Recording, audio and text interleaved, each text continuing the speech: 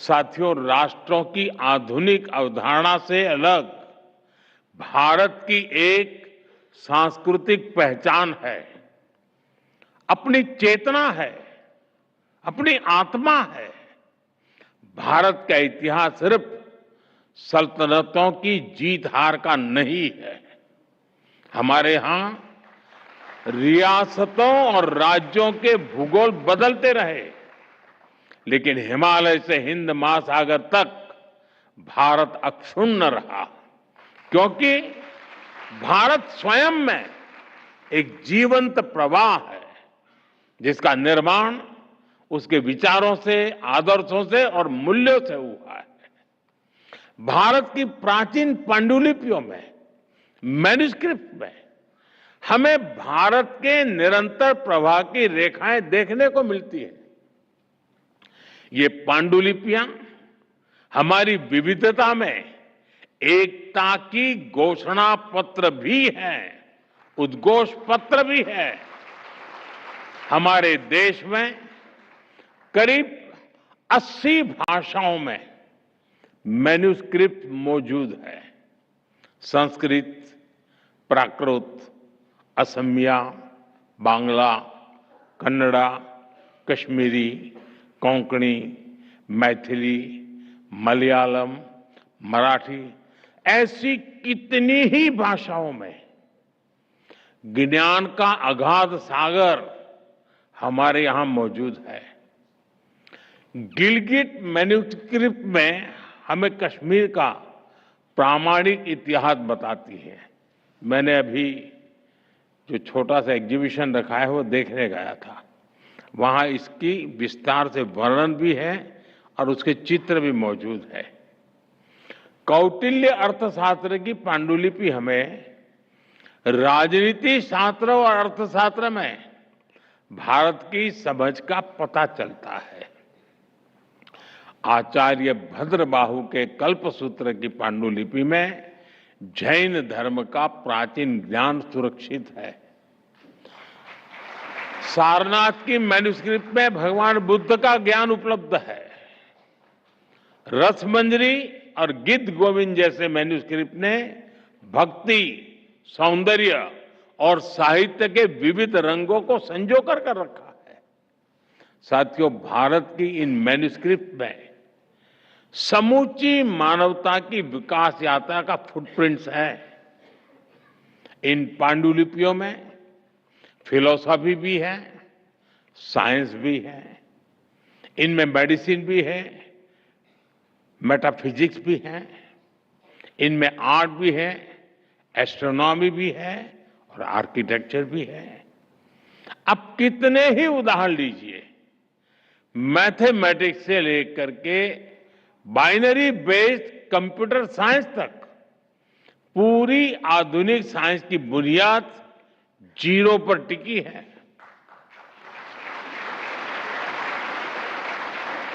आप सब जानते हैं, शून्य की ये खोज भारत में हुई थी और बक्साली पांडुलिपि में शून्य के उस प्राचीन प्रयोग और मैथमेटिकल फॉर्मूलाज के प्रमाण आज भी सुरक्षित है।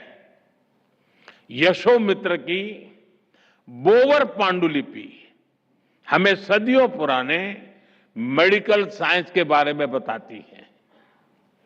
चरक संहिता और सुश्रुत संहिता जैसे ग्रंथों की पांडुलिपियों ने आयुर्वेद के ज्ञान को आज तक सुरक्षित रखा है। शुल्ब सूत्र में हमें प्राचीन जियोमेट्रिकल नॉलेज मिलती है। कृषि पराशर में एग्रीकल्चर के ट्रेडिशनल नॉलेज की जानकारी मिलती है। नाट्य शास्त्र जैसे ग्रंथों की मैन्युस्क्रिप्ट से हमें मानव के भावनात्मक विकास की यात्रा को समझने में मदद मिलती है। साथियों, हर देश अपनी ऐतिहासिक चीजों को सिविलाइजेशनल एसेट्स और ग्रेटनेस के तौर पर विश्व के सामने पेश करता है। दुनिया के देशों के पास कहीं कोई मैन्युस्क्रिप्ट, कोई आर्टिफैक्ट होता है तो वो उसे नेशनल ट्रेजर के रूप में सहेजते हैं। और भारत के पास तो मैन्युस्क्रिप्ट का इतना बड़ा खजाना है, ये देश का गौरव है। अभी कुछ समय पहले मैं कुवैत गया था, तो मेरे प्रवास के दरमियान मेरी कोशिश रहती है कि वहाँ कोई 4-6 इन्फ्लुएंसर्स हो और मेरे पास समय हो तो कुछ समय मैं उनसे बिताता हूँ, उनकी सोच समझने का प्रयास करता हूँ। मुझे कुवैत में एक सज्जन मिले जिनके पास सदियों पहले भारत से समुद्री मार्ग से व्यापार कैसे होता था, उस पर इतने डॉक्यूमेंट्स उनके पास है और उन्होंने इतना संग्रह किया है और वो इतने गौरव, यानी बड़े गौरव के साथ कुछ लेकर के मेरे पास आए थे। मैंने देखा, यानी ऐसा क्या क्या होगा, कहां कहां होगा, हमने इन सबको संजोना है। अब भारत अपने इस गौरव को गर्व के साथ विश्व के सामने प्रस्तुत करने जा रहा है।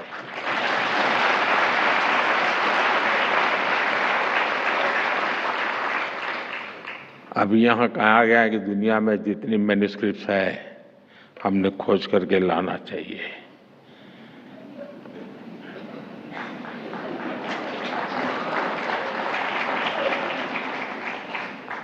और फिर धीरे से कहा प्रधानमंत्री जी ने करना चाहिए।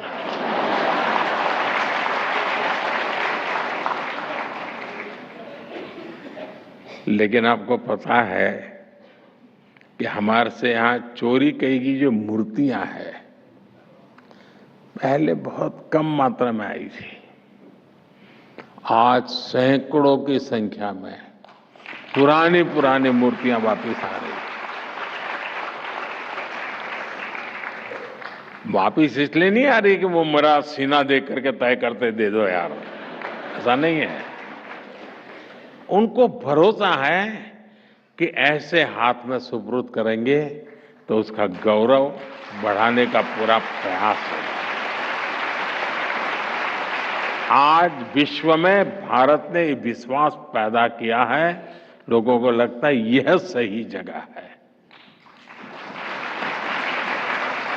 जब मैं मंगोलिया गया, वहां बौद्ध भिक्षुओं से मैं संवाद कर रहा था, तो मैंने देखा उनके पास काफी मैन्युस्क्रिप्ट थी। तो मैं उनको रिक्वेस्ट किया कि मैं इसके लिए कुछ काम कर सकता हूं। उन सारी मैन्युस्क्रिप्ट को लाए, उसको डिजिटलाइज किया और उनको फिर वापस दिया। अब ये उनका खजाना बन गया है।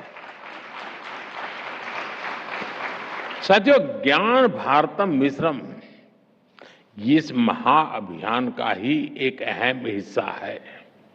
देश की कितनी ही संस्था हैं इस प्रयास में जन भागीदारी की भावना से सरकार के साथ काम कर रही हैं। काशी नागरी प्रचारणी सभा, कोलकाता की एशियाटिक सोसाइटी, उदयपुर की धरोहर, गुजरात के कोबा में आचार्य श्री कैलाशपुरी ज्ञान मंदिर, हरिद्वार का पतंजलि, पुणे का Bhandarkar oriental research institute, Thanjavur की सरस्वती महल लाइब्रेरी, ऐसी सैकड़ों संस्थाओं के सहयोग से अब तक 10 लाख से अधिक पांडुलिपियों को डिजिटलाइज किया गया जा चुका है। कितने ही देशवासियों ने आगे आकर अपनी पारिवारिक धरोहर को देश के लिए उपलब्ध करवाया है। मैं इन सभी संस्थाओं का, ऐसे सभी देशवासियों का भी धन्यवाद करता हूं।